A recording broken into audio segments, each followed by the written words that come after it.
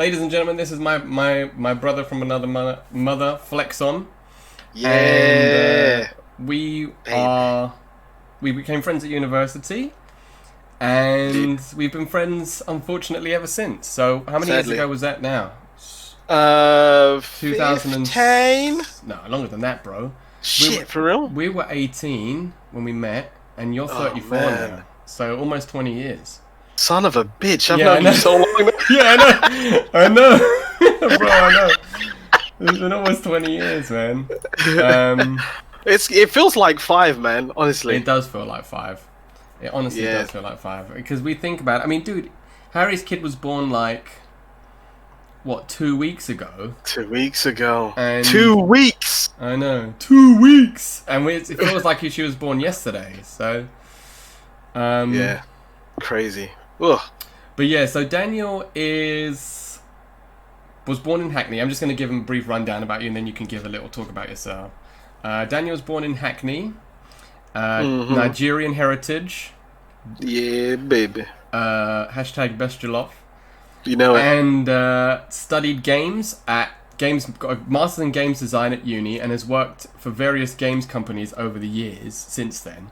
So I thought he'd be a unique voice to come and basically talk about a topic that it should always be prevalent, but is more prevalent in recent times because of the current global political situation, and that's racism and representation, I guess, but in gaming and the games industry. So, oh shit, I gotta be serious. And well, I mean, be as serious as you need to be, bro. I mean, look, I know you, so I'm gonna know when you're gonna be like, meh. So, if you want to meh, you can meh, but Do you know, I want to get turned into a controversy. I want it. Yeah, I mean, look, the whole reason. That's what I said. The whole reason I got you. I mean, not to be like fill a quote or anything, but obviously you're a black dude working in the games industry. Sure, James. Yeah, sure. James. No, I'm not racist. I got loads of black mates. That's actually true. Yeah, I know, but my goddaughter's black. But, whatever. But yeah, so if you just want to I know I gave a brief outline about you, but if you just want to give a little talk about yourself, like what your passions are. I mean, you don't have to go into specifics like where you work and stuff, but just give a little brief thing about you. All right. It's what, like the temptation to just talk complete nonsense is so high. Yeah, I know. I mean, I'm just literally struggling with my Daniel to actually be serious right now. So my name is Daniel, and I'm from Hackney, Stoke Newington, specifically the greatest place on earth. And yeah, you know it. And like I've always been interested in games and like movies and general geekery and whatever. So I've always wanted to work in games, but I wasn't particularly good at maths at the time, or interested in studying, shall we say? I mean, but I was but I was always good at English and English literature and writing and all that kind of stuff. So I met James at uni studying English and film and TV, and you were studying what, history and no, just history. Just history, yeah. Just history, yeah. And we just like the way, I'm not going to tell you how we met. Shh. I forgot. I was like, what do you mean how we met? Let's just say Daniel spent a lot of time at university. Not a lot of time, but there were several key times over the course of our university friendship where Daniel looked after me. And let's just leave it at that. Let us just leave it at that. It involves me killing people with my bare hands. Yes, let them think that, James.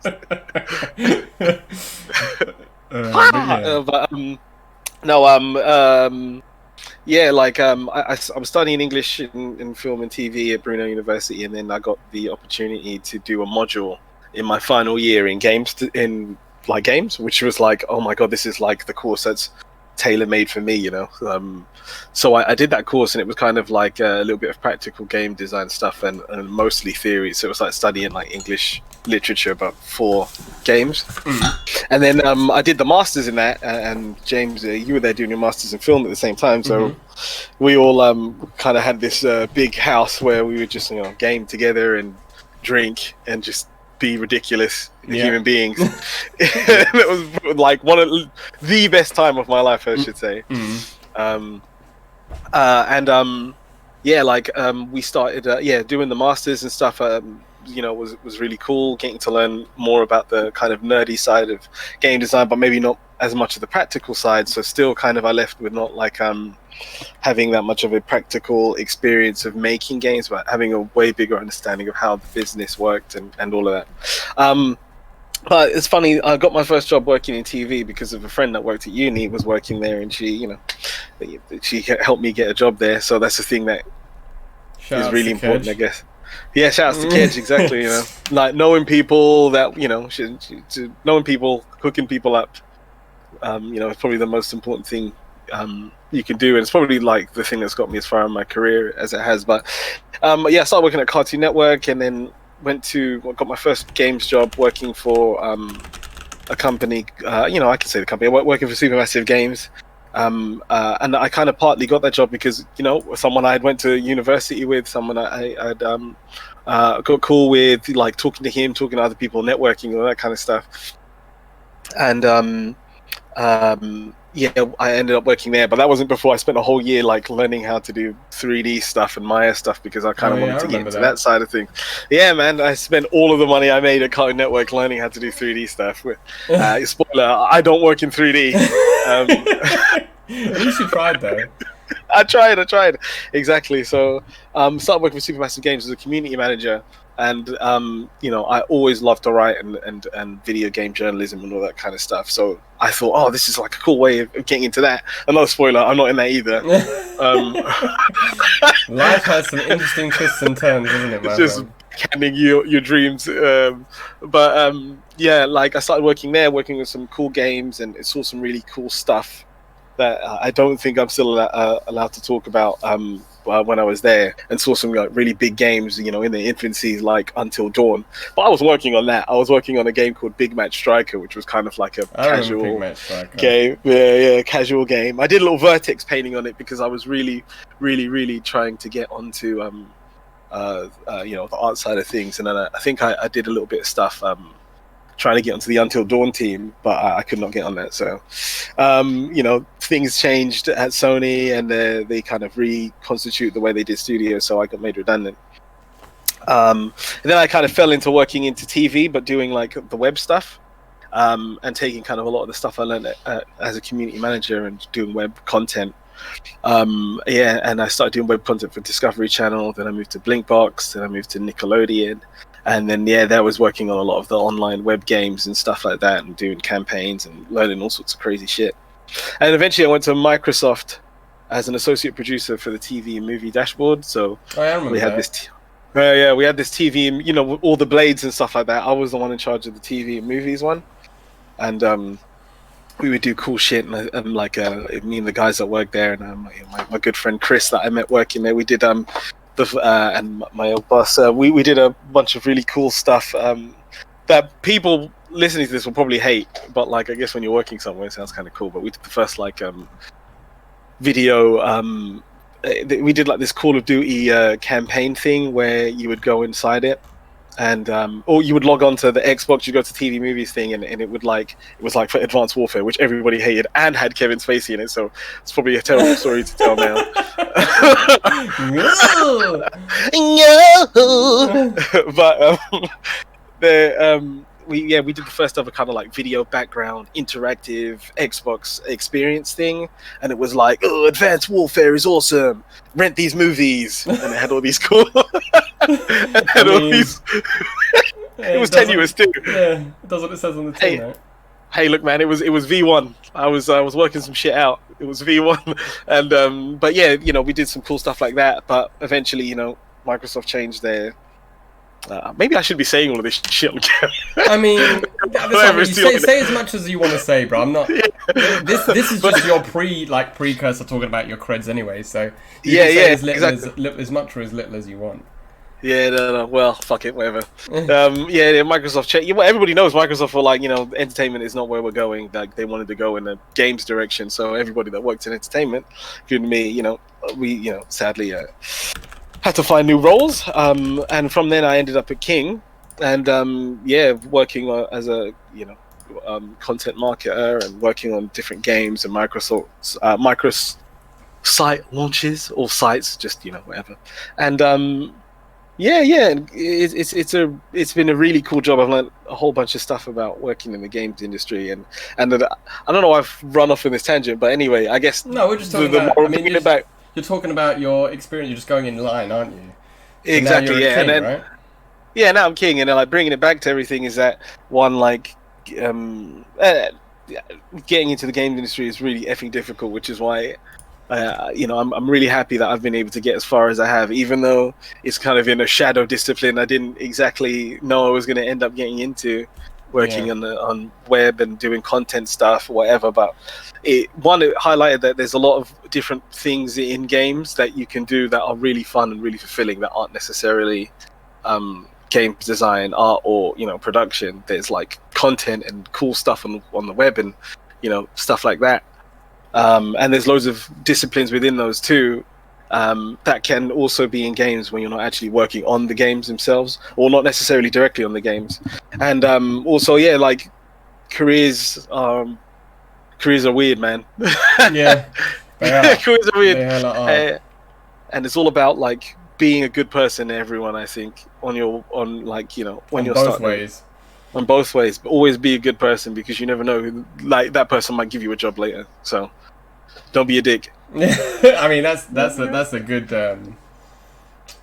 thing to have anyway. But a good bit of advice anyway. 1 second. What's advice? Got a quick question. What is advice do you have for the generation that wants to get into the industry after you?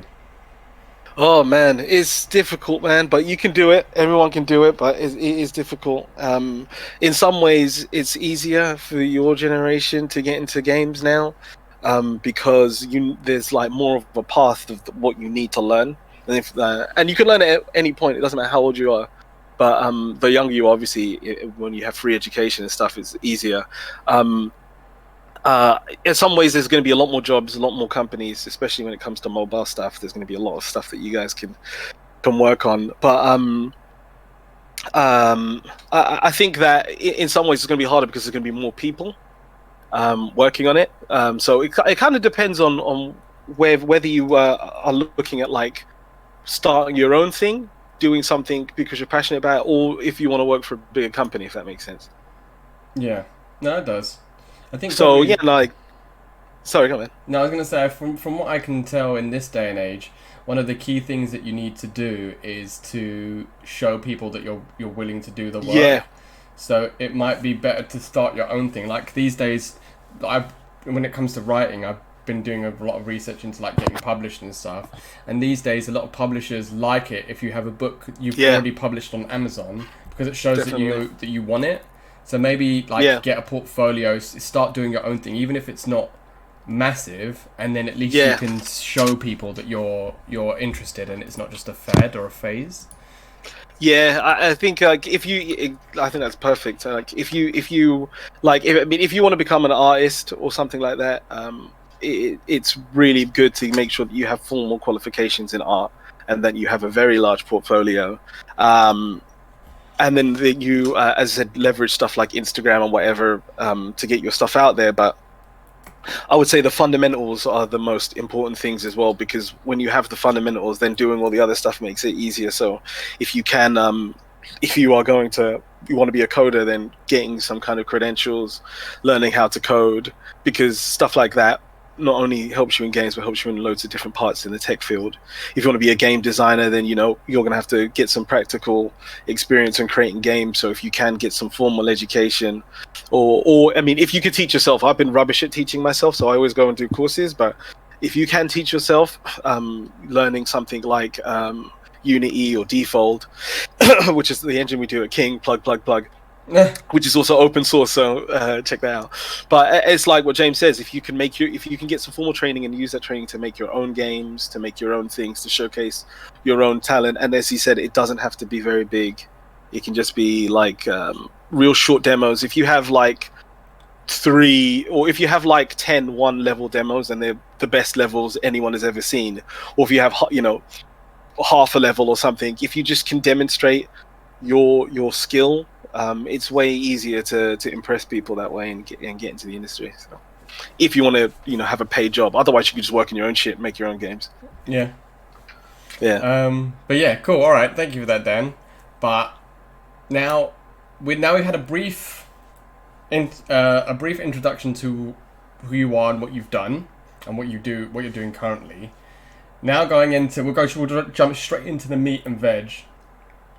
In your career, meat and veg. Meat's back on the menu, boys. Now that we've got on your way through the industry, have you seen? Was there a lot of representation? I mean, we talked specifically about black representation.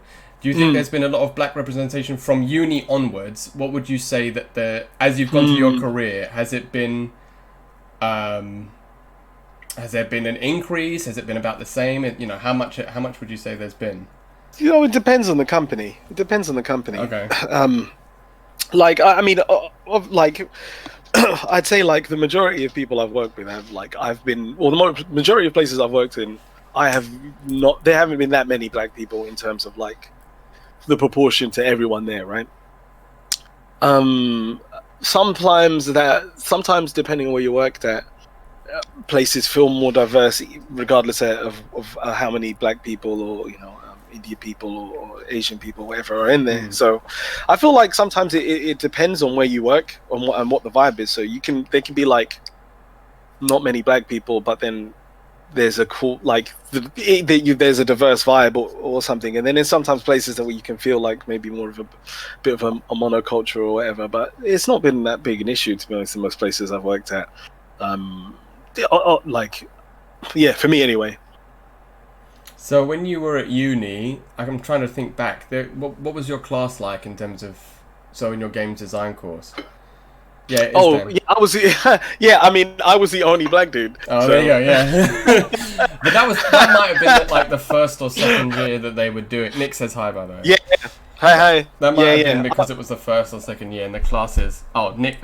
So my brother, Games and Gains, did the same course a few years later. You did the same course, yeah. And there was no black people. I mean, there was. I'm not gonna lie. There was like a pretty horrendous racing incident that happened. Yeah. During that, but and I won't out the dude, but because we kissed and made up, but it was a pretty bad thing. So yeah, shit happens actually. Yeah.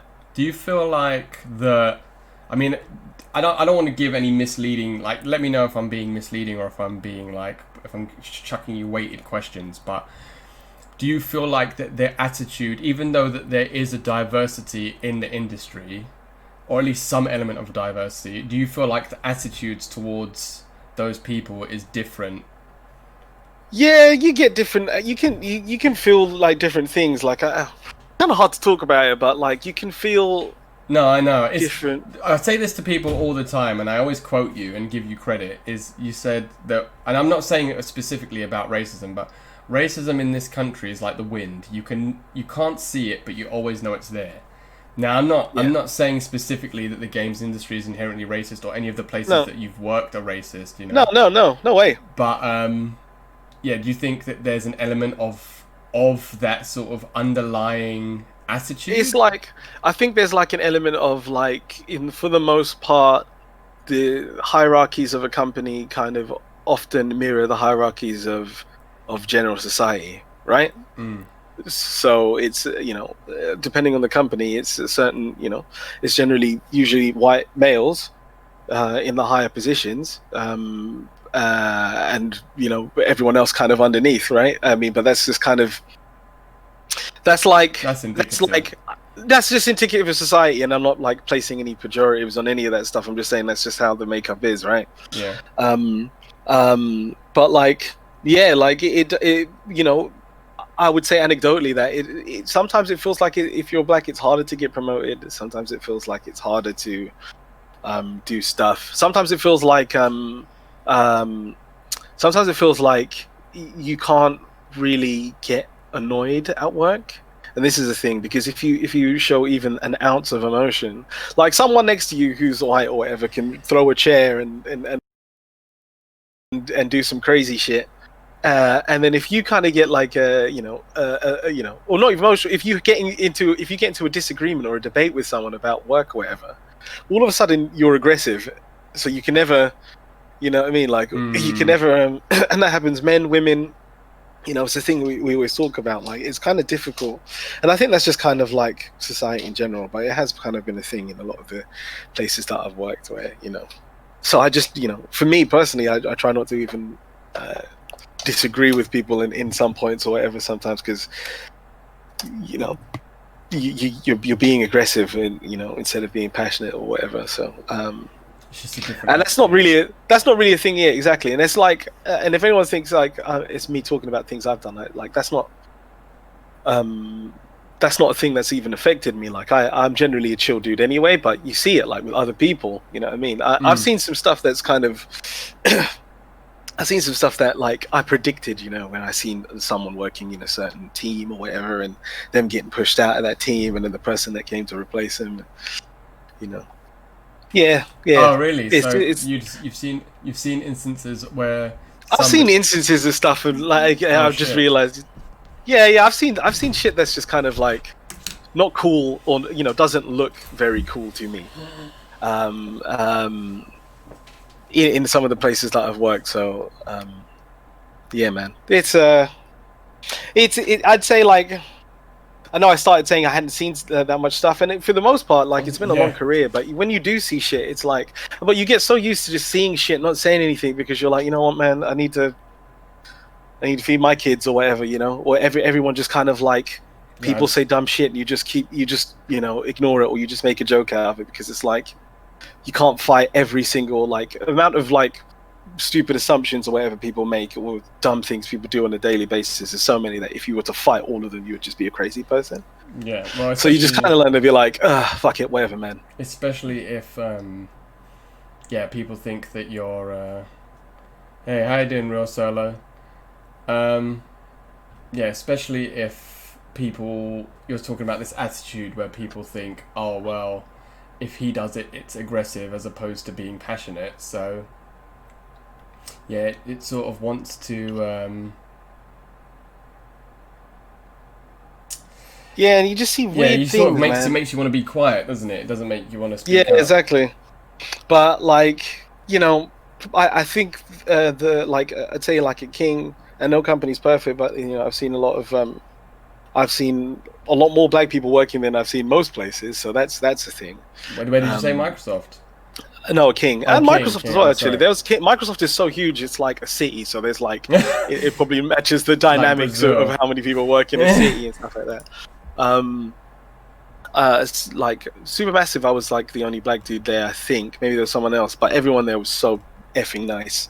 So like, what I mean? Guildford, like, wasn't it, as well? But yeah. So as I said, most of the places I've worked, people have like, I'd say like 95% of people are really cool, but you come across like things like weird attitudes, shit jokes, that kind of stuff, and I feel like it's probably like indicative of anyone else that works in any place. If you're a woman, I can imagine you have to deal with a whole bunch of shit like that too. Yeah. So yeah, like for me, like I'm gonna be honest, like I just try and like not pay too much attention to shit like that, and I don't really try and let it get me down or anything like that. I try, and then maybe I don't know, with all the stuff happening right now, the way to respond to it is to like I don't know, like get angry and be more combative and stuff. So, but like I feel like I don't know. Yeah, I've been doing this for so long. It's like how do I change? It's a really how do I just start? Slope, isn't it? Because you'd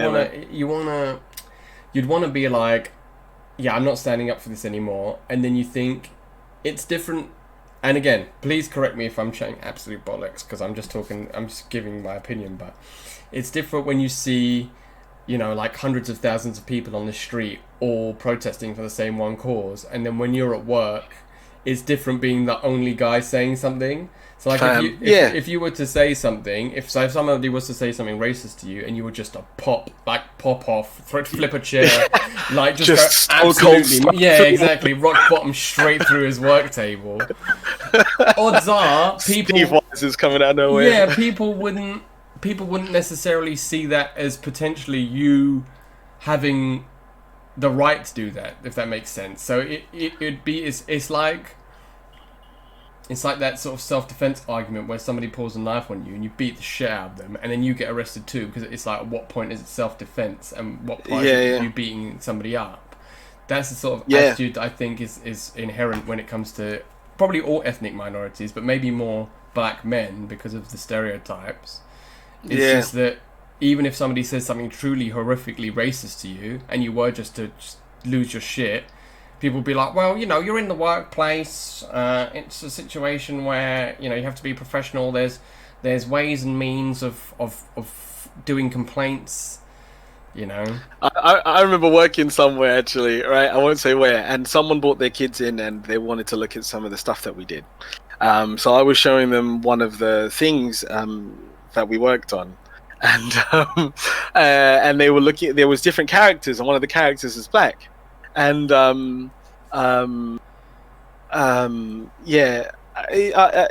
was to the little girl, like, which one of the characters do you like to be? There's this character, there's this character, this character, and I pointed to the black character.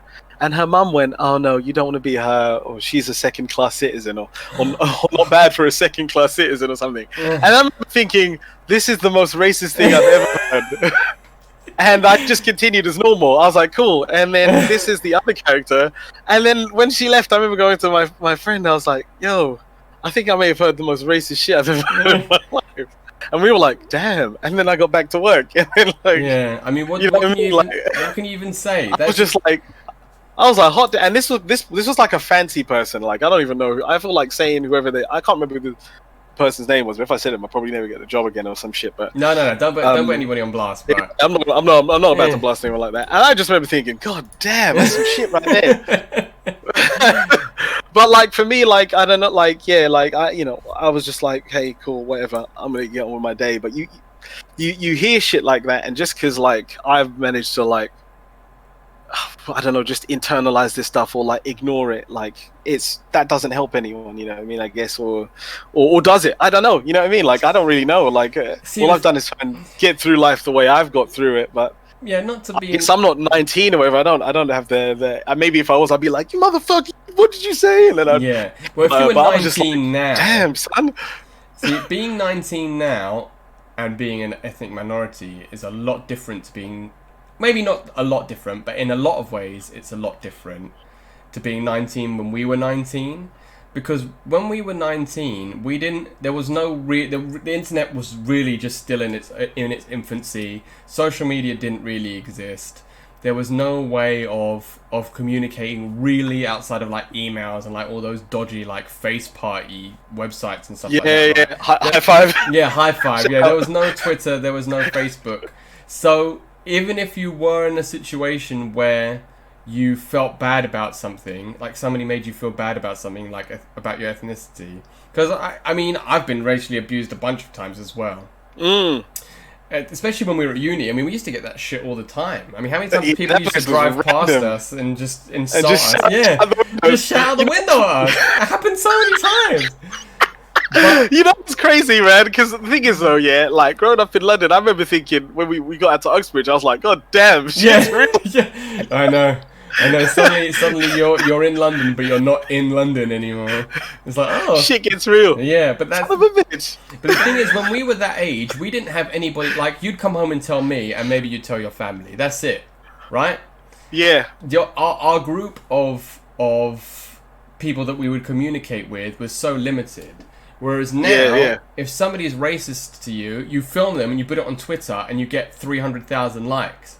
And or views or impressions or whatever. And that emboldens people now, I think, especially the younger generation, to be more, proactive about... You can get something done. You can actually make a change. Yeah, I didn't feel like... I remember being in Uxbridge and I was walking down the street with a co-worker and some dude just drove past us and went, you black can with a white can. Sorry, why did you say that? That's fine, yeah. I mean, it's like, this isn't a PG... I'm sorry, guys. Sorry, everyone. Sorry. It's true. It's the whole point, you know?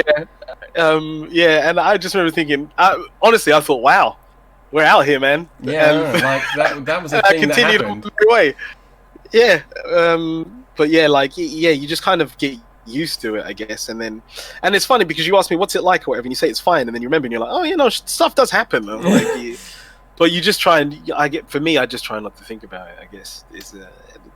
I don't know, someone could probably psychoanalyze that, but I'm just like, no, I'm not gonna let this ruin my day. No, that's sort of how I am about stuff as well. But do you think that in the workplace there are adequate safeguards in regards to being a minority and mental health? And if somebody is, well, say you were to hold it in to the point where you were like, you know what, I don't want to deal with this shit anymore. I'm going to complain to whoever I need to complain to. Do you feel like there's enough in place to make you feel like there's if somebody said something racist to you tomorrow, say for argument's sake, and you were like, nope, F that, I'm going to HR or whatever, you went to HR, do you feel like HR would have your back, or do you feel like, again, I'm not putting anyone on blast specifically, but... yeah I feel like it would be, who knows, that's the thing when it comes to these things, right? I've worked in so many different places, and I've seen so many like different ways that this stuff can turn out, that I don't know if any company has the stuff yet. I know that the thing is, like, I know, like, and one of the things in most places I've worked at, HR is usually one of the more diverse kind of groups of people that work there. But when it comes to, companies like, minding the bottom line and looking at liability and burdens of proof and stuff like that, usually the processes are really complicated and require like super high, or not maybe super high burdens of proof, maybe even emails and stuff like that. It's not just kind of a burden of proof, it's just companies will do anything not to have to deal with any of this stuff, and would rather make a process that obfuscates the whole thing and gets everyone to just go, okay, what, like, just forget about it. Yeah, just like kiss and make up. Mm-hmm. Because we can't be bothered to do this stuff, because I mean it is complicated shit to work at, but I don't think that the mechanisms are probably there in probably any company, and I think that someone way smarter than me, some policymaker or some lawyer or something, can think of a process that's probably going to be more fair when people have these kind of issues. But I do think like doing something like that will require resources. And once again, companies don't want to spend the money to do these things. Imagine if someone has a proper grievance and then you have to investigate it. And there's an investigation team and there's tribunals and there's enough people to actually like review the content. And it's not people that are actually involved directly, in the company or have something, that will cost money. So until stuff like that's government mandated, and then, maybe even taken independent, or in a place that everyone can access it, it's not going to happen, I don't think, anyway. But actually maybe it will. I'm just being a pessimist. No, but I mean, it's not to be a downer or a defeatist about it. Exactly. History doesn't leave us with a lot of hope. Do you know what I mean? Which is what I forget I'm being recorded, and I'm like, wait, no, don't be so depressed. No, but this is what I want. This is why I wanted you on, bro. I wanted the truth. And if I wanted to sugarcoat it, then I would have told you, like, just make it seem like everything's great and hunky-dory and don't worry about it. Yeah. We're here to talk about the reality of it, because this is, as I said, it's always a pertinent issue, but right now, obviously, again, with the situation that's happening globally, it's just one of those things where I would, we as a collective group of friends always talk about it. But it's I just wanted to open out our conversation a little bit for the people. Because even I know a bunch of people at the moment who are having to go through, not seminars and stuff, but companies are making a much bigger deal now out of especially mental health and the well-being of minorities in the workplace. So, it's a good time to talk about issues that somebody like you has faced in these sorts of situations, because then we can look at it and try and use this new light to shine on it to try and prevent it from happening again. So I'd say companies are doing better on mental health, like, because I think it's not an easier problem to address, but you can outsource the problem now as well, I think. It's easier to outsource that problem if someone has mental health issues or something like that, and you need to talk to a therapist. There are services that companies can pay for, so someone can then do that, in their own time or whatever. So they kind of figured out a way to to do stuff like that. But then it's kind of, as you said, the race stuff is going to require a lot more stuff. And then like, have you ever done those training things at work when there's like you have to go through these like fucking videos and they're like animated and shit, stuff, and it's like, hey, well, don't snort the cocaine, those kind of like it's against company policy, like those kind of things. And like you can make people sit through those, but like if people have issues with a lot of this stuff, and the thing is, I got a lot of friends that tell me, on both sides of these spectrums, that tell me all sorts of like, I hear a lot of political views. Yeah. Let's just say that, like, and like I know like some of them, like I agree with some of them. I'm like, man, like if you could just see this from a different perspective, you would understand, but you can't understand because maybe you haven't talked to enough people, or you just haven't, you haven't experienced it, so you can't see it. But one day if you could see it, you would understand. You can't get that through some kind of 20-minute mandatory training. Video, everyone just clicks through, like, the black stuff's believe time to get lunch. Like, how many of these videos do I have to watch? Oh, for fuck. Oh, what don't they like? Oh, fucking hell, man. I just want to go to lunch. Yeah. Like that's how most people will be. Like, like, true. And regardless of whether they care or not, like it's not how you get it done. Like I don't know how. I feel like the solutions are going to be like a mixture of maybe it's this slow social change we've got going, along with some kind of laws and stuff like that. And I don't think any solution that I can think of or even suggest would be anywhere near the right solution, because I don't think I know I'm not smart enough to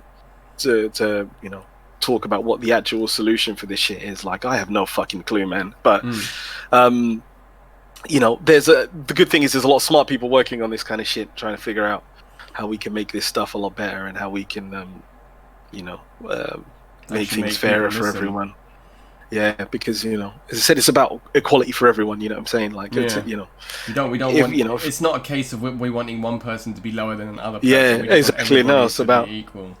It's about everyone having the same opportunities and making things as fair as possible, whatever the fuck that means. Because I don't know, but whatever that is, like that's what we want to get to, innit? So, do you feel like it's a utopia? Yeah, well, I mean, ultimately it is, isn't it? It's this way. Everybody wants to treat everybody the same. But do you think that this current social political movement, like Black Lives Matter and all this stuff, do you feel? I mean, we're getting into hypotheses now, but do you think that that this will have a positive effect on? I think it's. I mean, on all industry, but let's just talk about the games industry specifically. I think it's going to have a positive effect in terms of like. Maybe some people that wouldn't listen, like say you send this message out to everyone, like and that 50% of the people that hear it aren't going to give a shit regardless of what you say, and then maybe there's another 50% that maybe could be convinced. Say you got 100 people that can't be convinced or whatever, or 100 people trying to convince of the 50 like that you think you can maybe convince. Maybe this message gets half 10. of those people gets 10 or gets 3%, gets some percentage. Like at least as some percentage you've managed to communicate this to them, and then maybe there's another 25% that don't quite get it or don't want to or don't quite get it. You've become a bit. Let me just put you up a bit. Yeah. I was thinking basically, at least with this message, I think more people will understand it in some way, and people that don't quite understand might try. And then some people won't understand whatsoever. So, I mean, so I mean, at least there's that, and then maybe maybe it's like trying to knock down a wall, and each time you smash the wall with a hammer, like a little bit crumbles and crumbles and crumbles. Eventually, we'll smash it down, and everyone will know. Hear some sort of message. Yeah. Yeah.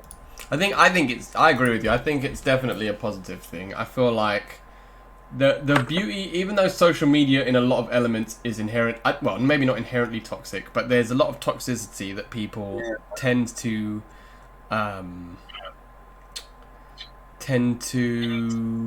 permeate through social media, shall we say. Yeah. But in instances like this, and like when Me Too and stuff like that was happening, it's the perfect way of bringing people together to not only to tell people that they're all in it together, but also to spread a message that wouldn't necessarily be, like I was saying, when we were 19, we didn't have this, you know, we had to hold that shit. If something bad happened, then that was it. You would know, and your mates would know, and that's it, and your family. Yeah, exactly. Yeah. Whereas, remember, all three of us had stuff that we had, like more or less the same day.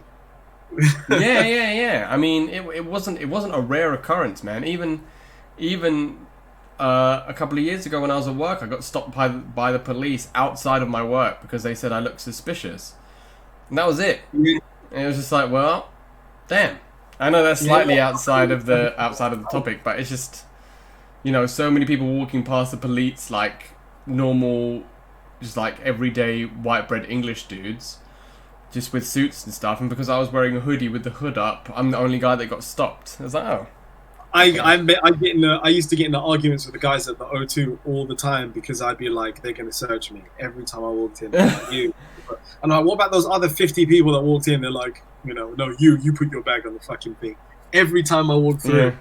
So I mean, just like, please don't start a fight. But that's the thing, though. That sort of, so we say, singling out.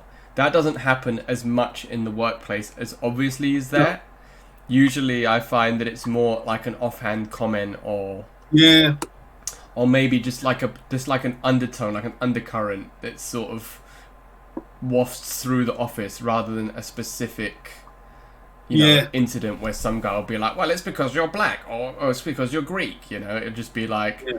Maybe somebody will slightly overlook you, or, you know, make an offhand comment where you just think, hang on a minute, what did he just say? And then it's like real shit, and you'll be like, woo! Oh, wow. Damn. But yeah, you do think that hopefully we're heading towards a better tomorrow, shall we say, in regards to let's say black people specifically, and their attitudes of how people interact with them and regard them, especially in the workplace. Yeah, see, one of the things with all of this stuff, like, it's like, I mean, you know, it's like referring to like us, like we're like unicorns or something as well, like, like, you know what I mean? Like, it's just like, the way I see it is like we need to think of how would you treat yourself, you know what I mean? Like, what is acceptable to say to yourself, you know what I mean? Like, treat other people how you want to be treated. It's not like, we treat the magical blacks so well. You mean you're not magical? You lied to me this whole time?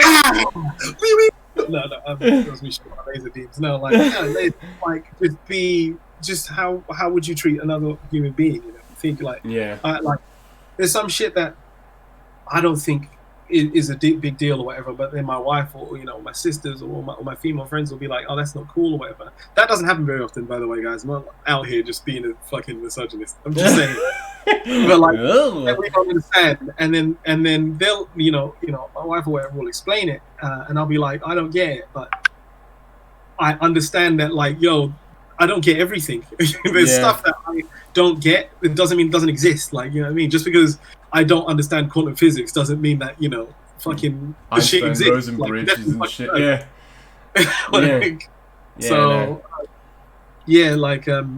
So that like, it's kind of like that. Like, maybe there's some stuff that, like, I won't be able to communicate to you, like, because I'm not fucking, you know, Maya Angelou or whatever. I'm not like the greatest, you know, communicator on the planet or whatever. I picked it like, I know. You know, I want to seem cool. Cool. I'm with you. I'm with you. Down with the kids. Cool with a K. The kids, yeah. Like, my allergy is amazing, by the way. Anyway, just treat people fucking normally. Like, you don't want it to go too far the other way and have it. I mean, maybe it'd be nice if it was like. I don't know. It's just like the way that people should think about it is like, just because you don't get it doesn't mean it doesn't exist. So, you know, just know that we don't all get everything about every situation that exists on the planet. We can't all know exactly how someone else feels, but just because you don't understand it doesn't mean it isn't happening. So if you know someone you trust and is a good friend and you know isn't crazy and they tell you something, then be like, okay, cool, maybe I don't get it, but it exists to you. Like this must be a thing. Like you just want to be because you just want to be empathic, don't you? Yeah, exactly. Like know that you can't know everything.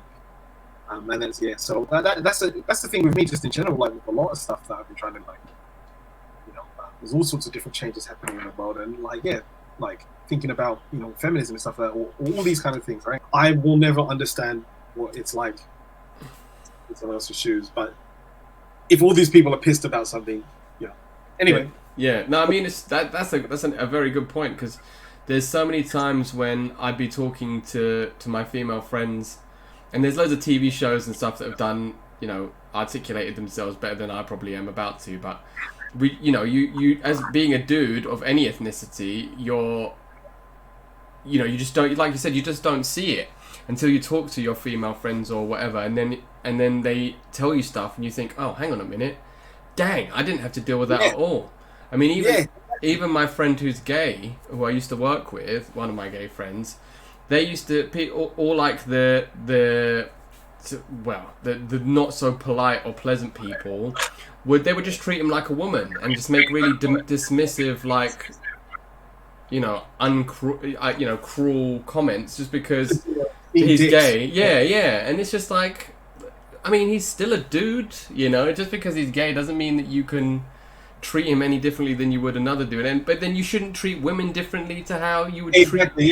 It's just it's like 15 different levels of fucking of bad discrimination. Yeah, I get you, man. Yeah, it's exactly. So it's like, sometimes like people will walk up to a woman or whatever at work and something at different workplaces, wherever in life, and say some shit. You'd be like, you shouldn't say that shit. You should know that you can't say shit like that.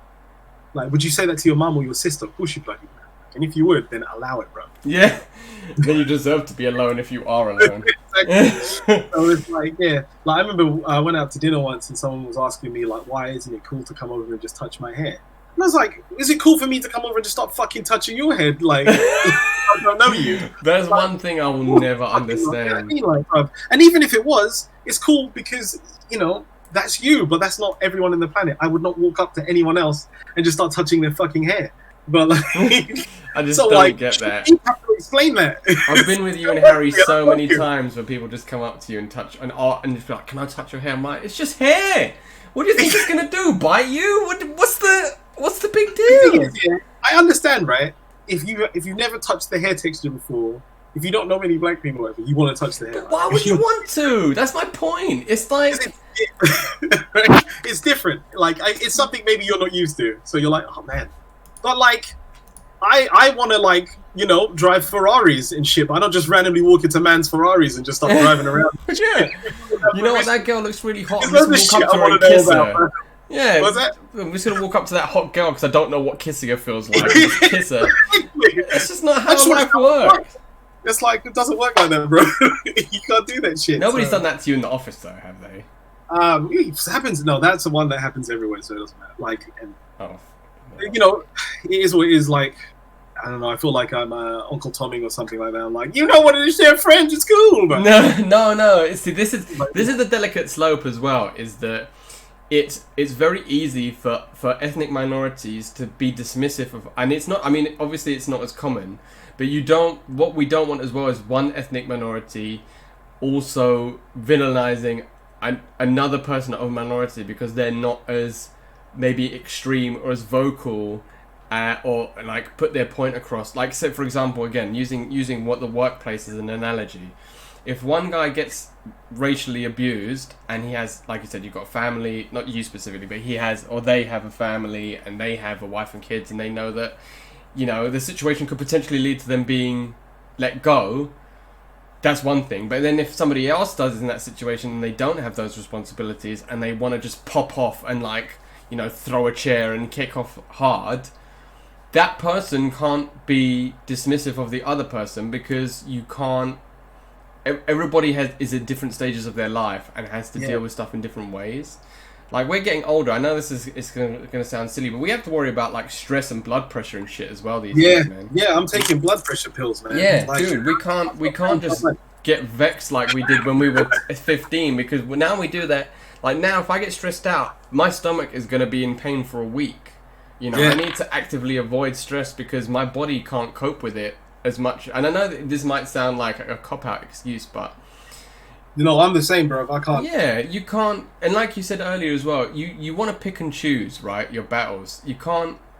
If there's a situation that's bad, and you feel like that it's the time that you can say something, or you feel like, no, you know what? Somebody just came up to me and just said, like in the office, and just said like a massively discriminatory racial slur, you know, and you want to pop off, then fine, pop off. But if you're gonna end up popping off at every single thing, then you're gonna be, not only are you gonna be exhausted, but you're not gonna have any allies, I think, on either side of it. Because that's the thing. Yeah, you get labeled like you get labeled as volatile, or that person's difficult, or they put a chip on your shoulder or some nonsense like that. Yeah, I mean, which is why I'm not leading the revolution, because I'm like, man, I'm just fucking. Yeah, I'm tired. But that's why we need everyone every time. Man. No, but it's true though, because that's why we need people who are in positions, especially like celebrities and stuff, who are in positions of power that can not necessarily take the hit, but use their influence in ways that they're like the one. Their one gesture is worth like 100,000 normal people doing something. Yeah. So like when you know all the African American NFL players decided they were going to kneel during the national anthem, that was amazing, because not only was it a lot of people doing it, but they're people that are considered, I mean, especially in America, sports stars are considered almost like, they're almost deivized, you know, like as gods, revered as gods almost. So to have them to make that stand was amazing. But me not kneeling during the anthem at my work wouldn't have the same effect. Yeah, it wouldn't have the same effect. I mean, it would make a stand, and I feel like there are instances in my life where I've had to say something, like where I've just been like, no, sorry, mate, you know. But regardless of the situation, whether it's somebody being rude on the train, or you know, when somebody said something to me in the street, said something racially. There's been a few times in my life. Usually I just walk away, but there's been a few times where I've just had to turn around and just kick off. Not because I want to start a fight or because I've had a bad day or anything. There's just some instances in your life where you just think, right, no, I'm not having it today. I need to educate this guy, even if it's just to show him that, you know, you can't just walk up to the street and somebody in the street and racially abuse them. You know, there are times that you do need to take a stand, but I think that the key thing is for everybody to be on the same level in regards to this, in regards to change and how it should be implemented, because you don't want any side of it to be left out. You don't want the minorities who want change to feel like they're not doing enough and eventually give up. But on the other side of it, you don't want the super extreme ones to go too far, and then it becomes, you know, then like you said, people will just think, oh, people are just being difficult rather than that's like the difficult thing with all of this stuff, man. Like, it's like because everything's so polarized. I find like it's hard, like, and I'm realizing the more like older I get, the more I realize, oh shit, man. And like, but except for what I can come from my own anecdotal, you know, evidence, and I'm afraid like talking about kind of this stuff, like someone's going to point out just how fucking stupid I am. But you know, actually, not nothing to be afraid of. That's probably a good thing. But because as long as it's done in a constructive, if somebody was to listen to this back and be like, James, I actually feel like I've got dumber as a result of listening to you talk. Yeah, exactly. But then they actually told me why. I would appreciate that, rather than just to be like, oh, yeah, you're an idiot, and then me sit there and be like, well, but why am I an idiot? No, what is it? Yeah, exactly. What do I need to do? Like, exactly. And so the thing I say next, like, I feel like, and someone correct me if I'm wrong, but like, on all sides of this argument, like, there's a lot of, you have to have people who are like 100% no compromises. You have to have someone like that, you know, in your camp, in the vanguard. But then you also need someone you can reach over and like mediate. explain things. mediate and stuff, because as a black person, I know that, I think what I think because of how I've grown up. I don't know, as a white person might think how they would think because, the ways they've grown up. I know, like, as human beings, the majority of the things between us are the same as people. I know that for sure. And like, just how do you like get people to realize that before, it's so difficult, man. Yeah, it is difficult. Like you can't, like, the way I see it, sometimes you just can't convince people. Some people just like are gonna need more convincing, or gonna need different ways to be convinced, or because you just can't, like, calling everyone like, or like being super aggressive about it is not going to work on everyone. It's going to work on a lot of people, but it's not going to work on everyone. So what is the other way we like get these messages across to people that are just like not going to listen to that type of thing? Like, you know what I mean? Like, yeah, I don't know, honestly. I mean, it's like at the moment, you can't be like, you're fucking stupid, and they'll be like, yeah, damn right I am, N-word. Like, yeah, like, but that's, I mean, like, that's literally what's happening in America at the moment, isn't it? It's just you have like like you said, it's polarizing. You've got all of these like beautiful, like peaceful protests of Black Lives Matter and blah blah blah, and then the next day you got the Ku Klux Klan coming out and doing a rally, and you just think, well, the Ku Klux Klan people, it doesn't matter. I don't think it genuinely matters how articulate you're going to be, or how, like, either way. Either you approach them with kindness or you approach them with violence. I feel like unless you were to install some sort of like racial minority dictatorship.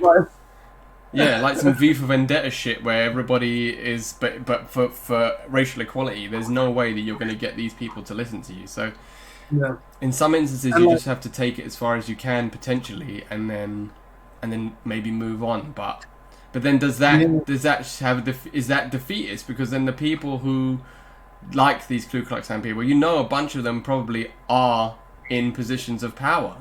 So. Yeah. I think, like, for me, like, and this is another thing, the older I get, the more, like, just, like, true, soulless and robotic I become. I think, like, the only, like, and I feel like my job as well, like, I'm always trying to, like, figure out what's the concrete way I can solve this problem. And, like, in my head, in my completely and utterly uneducated opinion, because there's so many different things of legislature and all that kind of stuff, I just don't understand internationally. But, like, it seems like, for me, you're going to have to, it's got to be laws.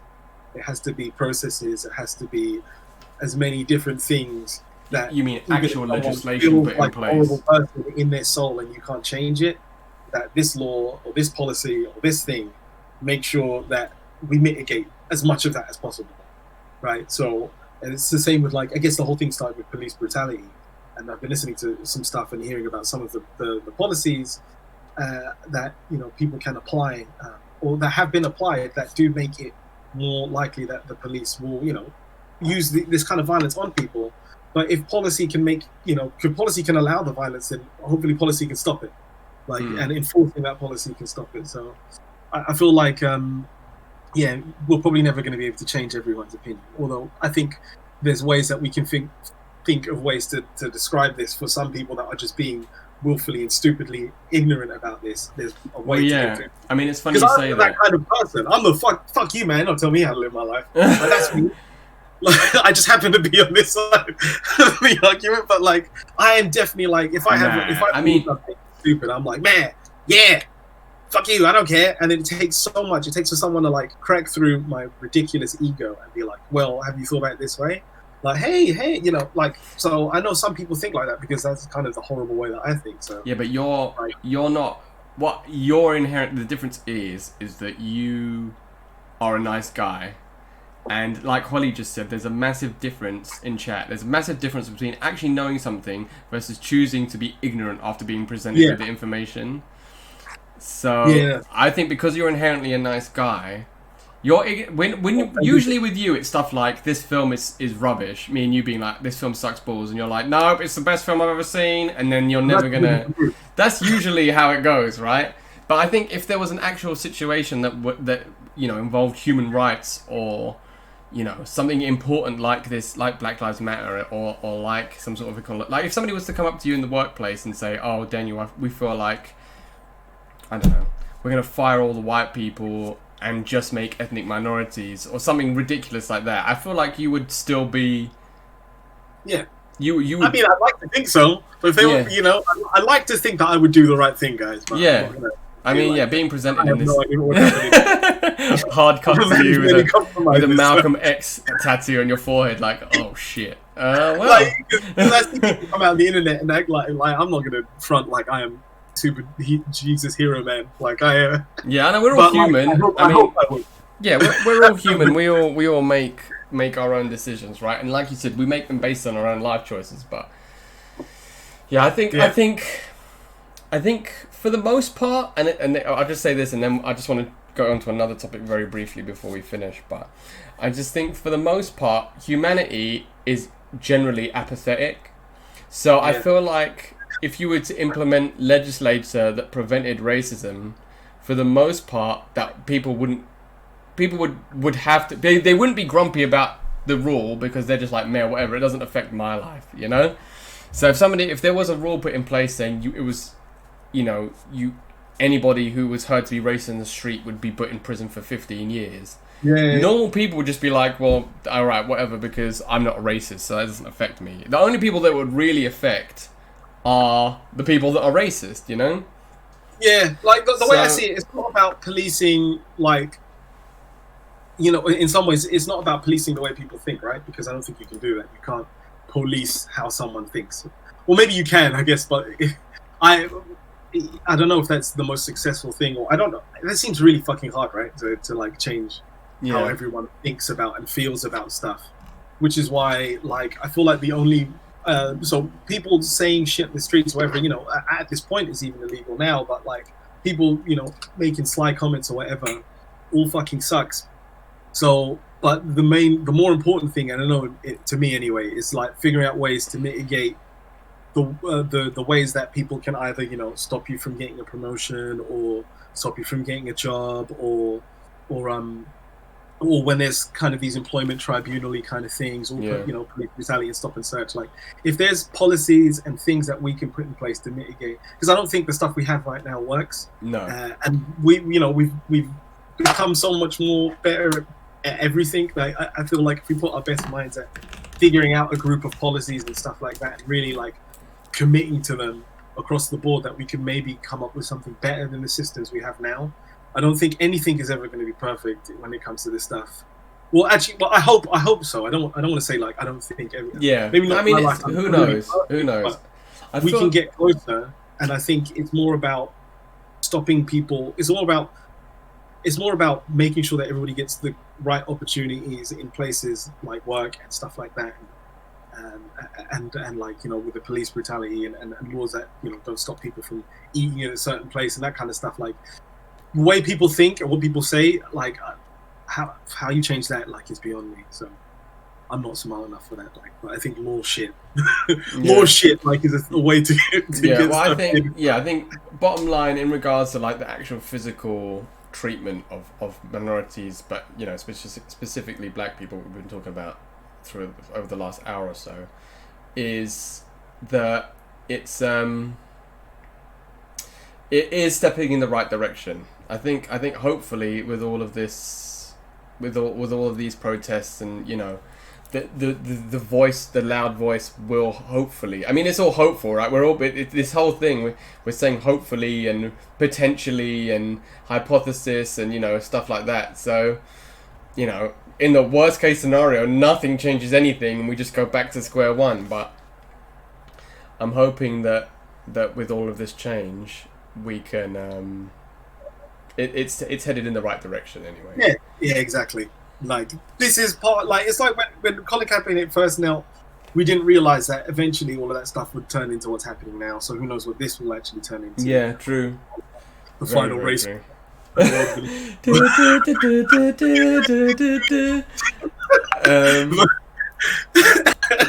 Yeah, I mean, the only other thing I really wanted to talk about in regards to representation is not even so much the games industry. I mean, I know we've spoken a bit generalized as well about just racism and living as a minority in this current day and age, but in terms of representation in regards to the actual game.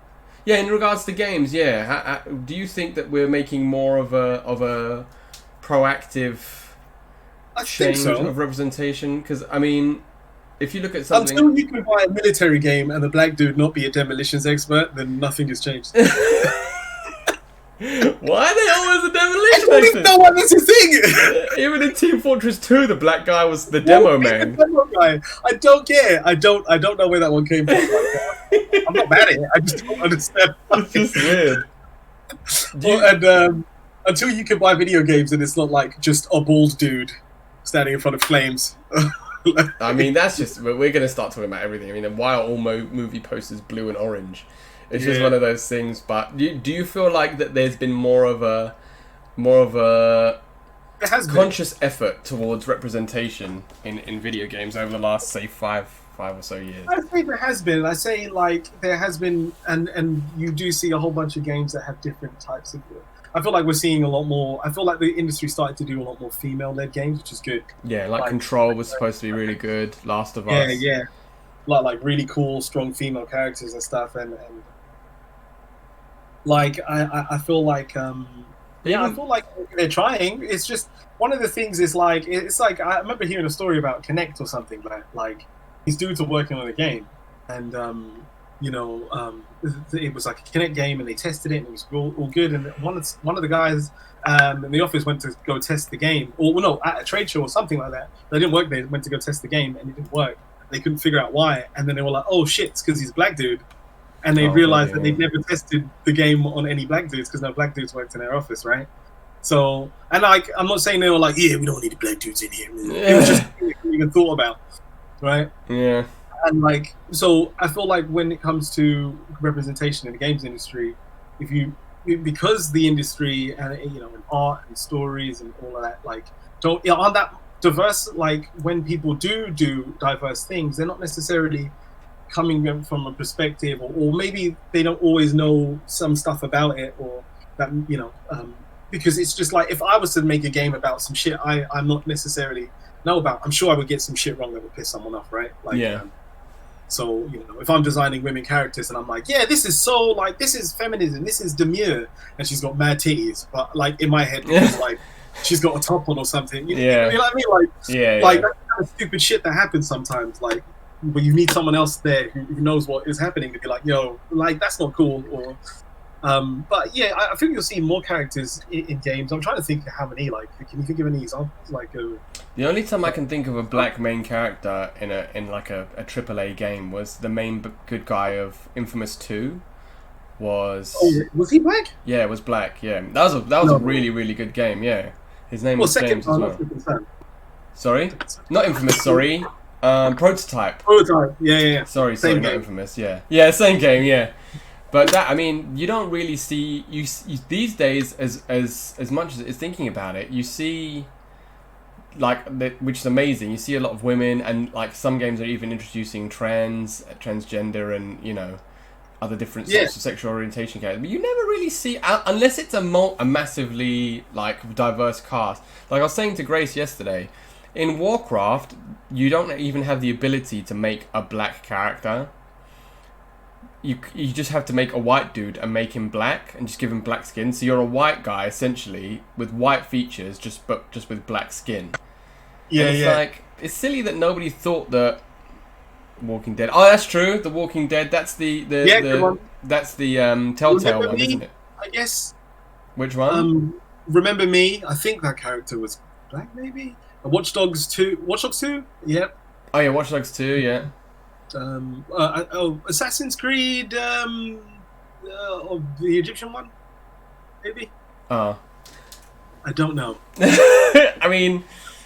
Yeah, still, it's not as much as Kratos. Yeah, I said it. See, I was gonna say, I was actually just about to bring up Kratos, and I'll tell you because that's another thing that I feel like people do a lot, not just in games, but in comics and especially animated stuff, is that they just make the aliens or the gods the black people, and it's good, but it's also, it's good, but it's also weirdly not insulting, but not dismissive. Do you know what I mean? Like, John Jones is obviously a black guy because he's an alien. In everything that there's an alien, they're black. It's like, why can't you just have a black guy? Why do you have to make the alien dude An black? alien, yeah. I mean, you know what? That's one of the reasons. Like, I guess we're tangenting, but I loved the Justice League cartoons so much, Unlimited, because like it had like the Black Green Lantern. I didn't know there was a Black Green Lantern until I watched that, and he was awesome. Yeah, he's one of my favorite characters. Yeah, so yeah, like it's funny because growing up, when you see like the majority of characters and stuff are white, blah blah blah. And to be honest, it doesn't really. I mean, it never really affected me. I would always like imagine. I guess I was always imagine I was a white guy. But I would always imagine I was the main character anyway, and it didn't, But then I thought about, and that's how I thought. I thought it didn't really affect me. Really, I'd just be like, yeah, I'm not fucking Schwarzenegger, whatever, it doesn't matter. I would think about stuff like when I would go to like a party or Mardi Gras, or you had to dress up when I was a kid, and I was like, well, I can't dress up as anyone. Yeah. Because, and then it'd be like, oh, sweet, there's Blade now, and it was saying like, this is a random thing, but when I wanted to start playing guitar, like I thought, oh, I can't play guitar. I was like, rock music's a white dude thing. I'm not gonna bother. And then I saw Jimi Hendrix, and then I saw some other bands like, what was it, the cult personality band, CM Punk's. Oh yeah, him. And it might be CB4. No, CB4. Well, there's like an old punk band as well. And I remember seeing those guys when I was around 14, 13. I thought, oh, I'm allowed to do this. So if anyone goes, what are you doing? I came up with these guys did it too. So that's like a thing that happens. And I think, maybe it's the same with video games. It's like you don't even think about it, but the more characters you have, now everyone's cosplaying as whoever, so it doesn't really matter. But as a kid, it was like, I can't be any of these people. Yeah, I mean, to a lesser extent, it's the same with me. And I wanted to be, with me, if I'm playing a fighting game and I see a Greek character, I'm like, well, I have to play the Greek guy. Like, I just feel so proud to have a Greek character because it's so rare. But that's what I mean. Fighting games, the fighting game communities, I think, has been much more diverse than a lot of the wider esports communities for the most part. Anyway. Yeah. But anytime I've been to one of the fighting game meetups, most people back. So I'm like, oh wow. Yeah, which is amazing. But then you don't really see that reflected as much in the actual, in the games themselves. I don't know if that's, again, I'm not going to get too social and political about it. But, in fighting games, like in Mortal Kombat, there's 3 black characters and all the rest are white or aliens. So, I mean, it's a weird situation where, Tekken only has a couple of black characters. Yeah, no, Asian. And it's just because we're talking about black specifically. So basically, for those of you that have just tuned in, we're talking about Black Lives Matter as like the main focus of the racism bit. But yeah, there's Liu Kang and Kung Lao, and actually Jade is black too. But hey, I mean, if you're Indian, you got even more of them. Yeah, well, let's not even start. Honestly, I mean. I was thinking about it the other day because of Black Panther and Marvel, and they're doing Shang-Chi, and it's amazing that we're having these massively blockbuster films with these characters. And then I was like, I can think of one Indian superhero off the top of my head. I didn't even know there were any. Oh, there's Miss Marvel, who's Pakistani, and there's a mutant called Thunderbird, who's Asian. Yeah. But, Camilla Khan, yeah. But even that is a recent thing, So, yeah, I feel like games still have a bit of a way to go in terms of you get. Funnily enough, you get companies like Blizzard. Again, not putting anybody on blast, but you get companies like Blizzard who will be massively diverse with stuff like Overwatch. You mean my company? Yeah, exactly. Yeah, that's what I mean. That have Overwatch and stuff. But then, yeah, you don't really get if it's not a game with a vast cast like that, you just don't really see triple. Yeah, the characters are firstly they're stereotyped, but not just in Overwatch, in a lot of games as well. You'll just be like look at Riot with the Valorant. With Valorant as well. I feel like it's not a bad stereotype in the sense that it's insulting, but it needs to be a little bit more developed. But again, it's early days. Sorry? In Final Fantasy 7, right? I've been playing the remake. Yeah. And his character's interesting, but the way God damn it, man. But that's how you talk. What are you talking about? And it's like, this is just like, yeah, like as a black character, it's great that he is one, and and who doesn't love Barrett? But like, man, tone it down, bro. Yeah, I mean that's what we're talking about. That's what, like Shav just said in chat, stereotyping is you want to have your characters in the game, but at the same time you don't want them to be like Zack in Dead or Alive. Oh my god, I love Zack though. Yeah, I know you love Zack. We don't really see a lot of ethnically in this day and age.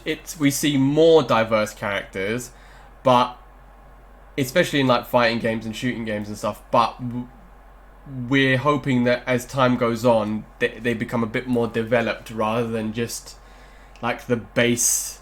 Like, you don't want to have a Greek dude and then he's just throwing kebabs at people, right? You want to have a Greek dude who has depth. So, easy forces. Yeah. I mean, I'm Greek, so just to put it out there before I bury myself by mistake.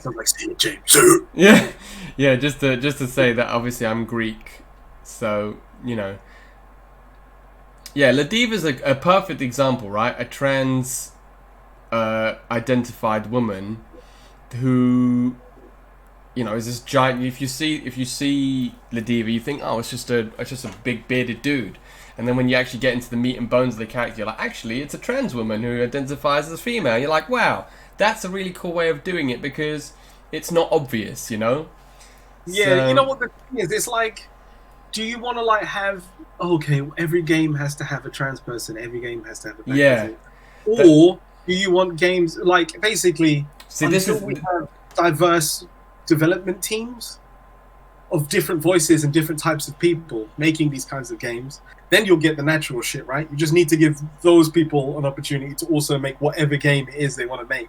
Yeah. And like, the shit will come through. Like, you'll see it, like the diversity of everything, because diversity isn't just race, it's diversity of thought. Like, you know what I mean? Like, or it's not just race. Diversity is making sure that we have as many different types of people doing something, so we have loads of different perspectives. So, who knows what kind of you get if you put loads of different people together. Yeah, like Forsey just said, you don't want token characters. No, exactly. So, I mean, but then I don't know. It's weird. It's weird because I feel like you don't want token characters, definitely, but at the same time, I feel like the token characters. Do you think you can have creatively diverse ethnic characters without having the token characters there as almost like litmus tests to see how you can do it? Or do you think that you can just get rid of the token characters in general and then... I don't know. I don't know how you do that, man, because I don't know how... Like, I feel like maybe in this day and age, now we're all thinking about it and we start to see black characters. There is a suspicion, you're like, this is only happening because of all the shit that's happened. But then that's what we wanted to happen. That's what we want, so yeah. Now it's happening. So it's almost like you overlook the you overlook the motive because you're happy for the inclusion. Yeah, exactly. So that's like with like me trying to turn off my citizen. Like, well, you're only doing it because I told you to. It's like, well, I did tell you to. So yeah, cool. We need more of it. But it's like then it starts to appear, and then you just want it to be a bit more.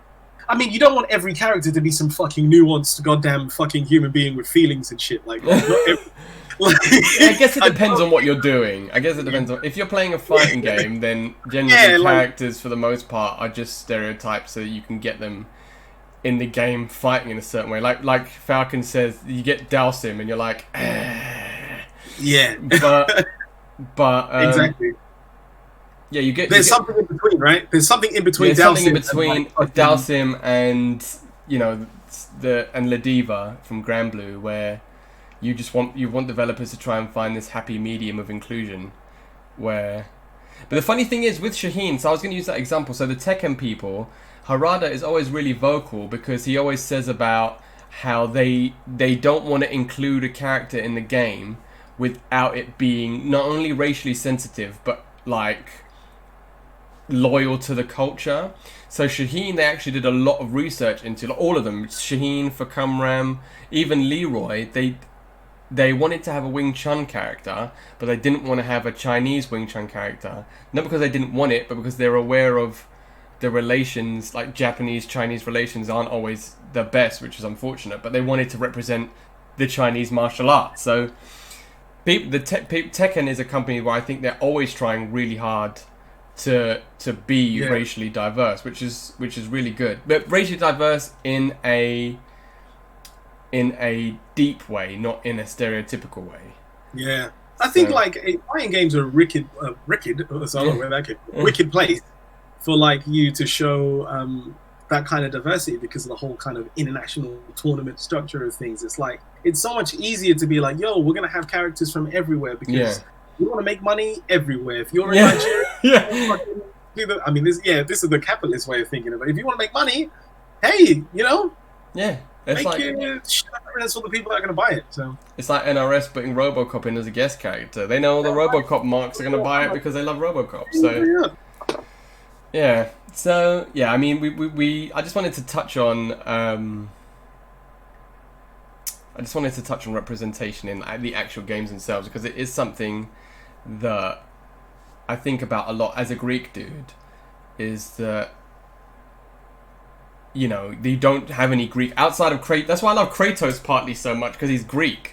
I know he's played by a black dude, which is why he's partly why he's such an amazing character because they always have great voice actors for him. But I'm like, yeah, finally, there's a Greek guy in a game, and I could be the Greek guy, So, it's nice to have that. But I'm just sitting. Yeah, exactly. You're still waiting for the good Pakistani fighting game character. We're still waiting for the. We're still waiting for the Pakistani main character in a game, or like in just a AAA action game, or even I think Last of Us has a trans character. I think, like you said, they're making a lot of more effort with female characters. Yeah, man, it's just how we do it without it just being like there's a thing that happened in the UK, and it's because the same people make all the adverts, right? Where almost every advert has a white dude and has a mixed race couple now. Yeah, so there's always mixed race couples now in adverts and stuff. Yeah, it's like every single advert, you're like, okay, guys. Yeah, well, it's like Bruce Leroy in chat just said companies like Universal realize minorities and people of color buy things. And then that's why they're making stuff more diverse. And I think it will definitely be.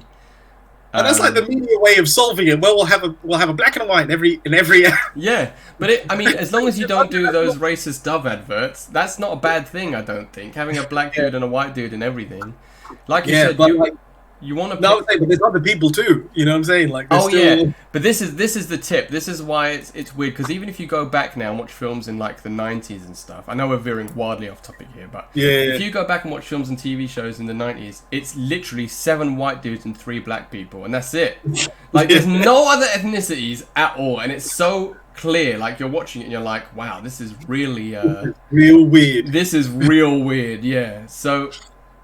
It's one of those things now where you're like, what's the midpoint? What is the midpoint? What does the true expression of like this diversity look like in our media without it being like every single advert has a white dude and a black dude or a mixed race couple, but then there's no Asian people, but there's no this, there's no that. It's like this is the template for diversity, but like that's not diversity either. That's like. But it's closer. It's closer, I guess. Yeah, but this is what I mean. This is why I'm hoping, my Jerry's final thought is, I'm hoping, in relation to not just the industry, in relation to what we were talking about initially, which is like the people and the jobs and their attitudes, but also in regards to games and representations and stuff like that, hopefully this Black Lives Matter, like the Me Too situation, but hopefully this Black Lives Matter situation is the door that opens it for everyone, right? You don't just at the end of the day, you don't want to just be like, yes, finally, black people are included in everything, and then you look around and it's just 5 black dudes and 5 white dudes, and you're like, ugh. Well, maybe we forgot about something here. You want it to be inclusive for everybody. And the girl saying, as an LGBT person, you generally don't want to watch LGBT movies unless you're trying to convince yourself. Yeah, I mean that's another thing as well. You want it to be genuine. Exactly. You want it to be genuine.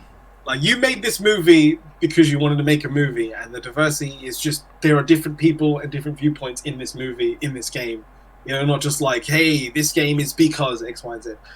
even though that's not a bad thing because some games have a specific message, but like I feel like eventually we just want to watch the fucking Blades and Avengers and all the kind of cool shit that we like and play the games and not have to think about any of that shit because it's all just a beautiful, diverse melange, and we can just enjoy the stuff, you know? Yeah.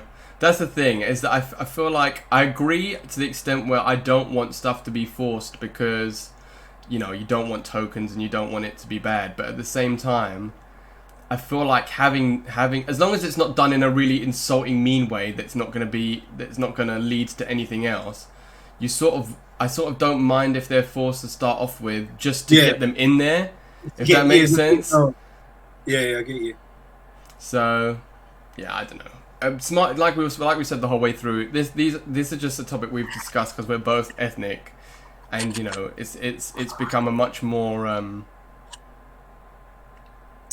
like prevalent topic in recent times, especially Black Lives Matter. But yeah, I think that regardless of whether or not people want to accept it, the spotlight on diversity has been shunned now. So now it's yeah, like Holly said as well earlier, I think it's literally just going to be the willfully ignorant now that is the natural representation will be much better, 100%. But you know, you want to have I want to see a game. See, that's the thing, is that as somebody who, like, if you were say, I'm just saying it as a Greek guy, I don't want them to just put in like a really generic racial stereotype of a Greek guy. But if we were playing Street Fighter and they put in like a Spartan Greek dude, I'd be like, that's sick, look, a Spartan Greek guy, you know? So, and then maybe potentially that would be the door opening to maybe more Greek people being in it. So, yeah, it's a weird situation because you want them to be included and you want to open the door, but at the same time, you know, you don't want them to be. You don't want anybody to be upset, do you? So things will change, you know, like in games and in everything in general. As like, I think as people get more opportunities to make their own games, and then like as the cost of making your AAA game gets lower and lower, like, you know, at some point maybe, you know, small teams will be able to create games that are super complex with all the tools and stuff that are being made right now. Then that's when we start to see it. Just like, you know, there's so much stuff on Steam, but it's all of a certain level. Maybe one day we'll have so much stuff that will be of that level as well, and then everything will be more diverse, because it's hard to get companies to give the money that it takes to do these kind of things to diverse groups of people. They just don't want to do it. Like it's such a risk for them. Or, yeah.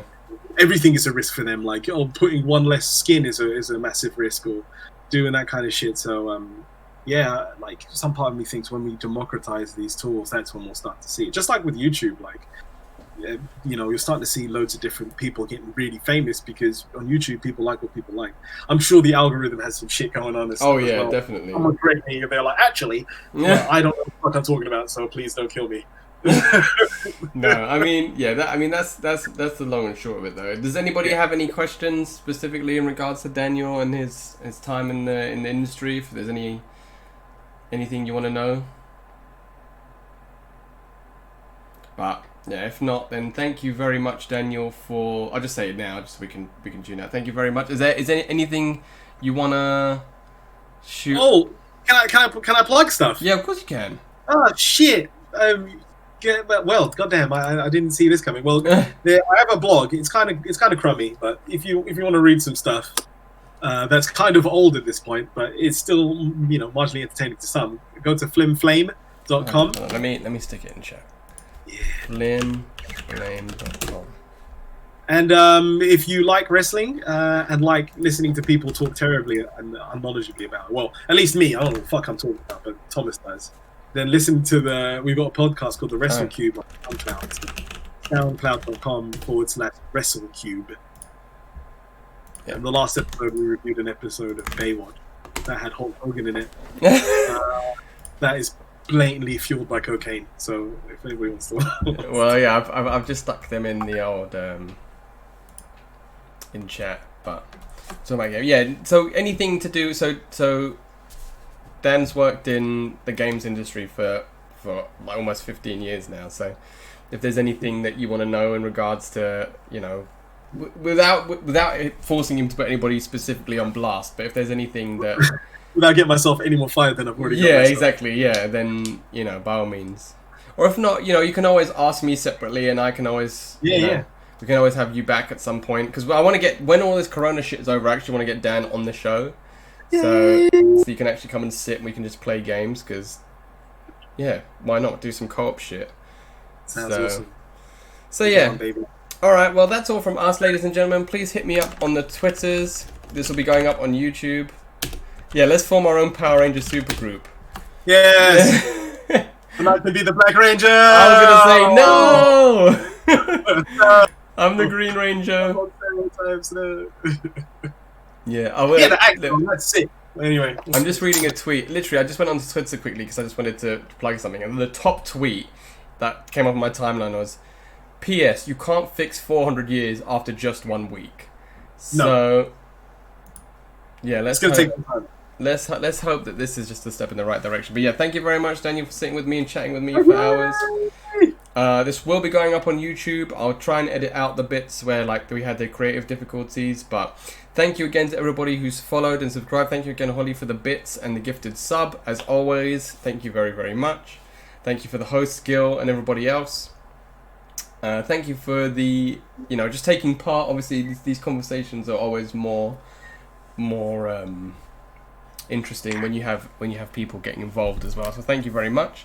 I'll be back again tomorrow at 2 p.m. I haven't decided if I'm going to play MK or Fighting Herds yet, but you'll find out tomorrow, I guess, when I go live. So yeah, take care, everybody. Thank you again, Daniel. Good old Ryback! And good old Ryback. And stay salty, everybody. Take care.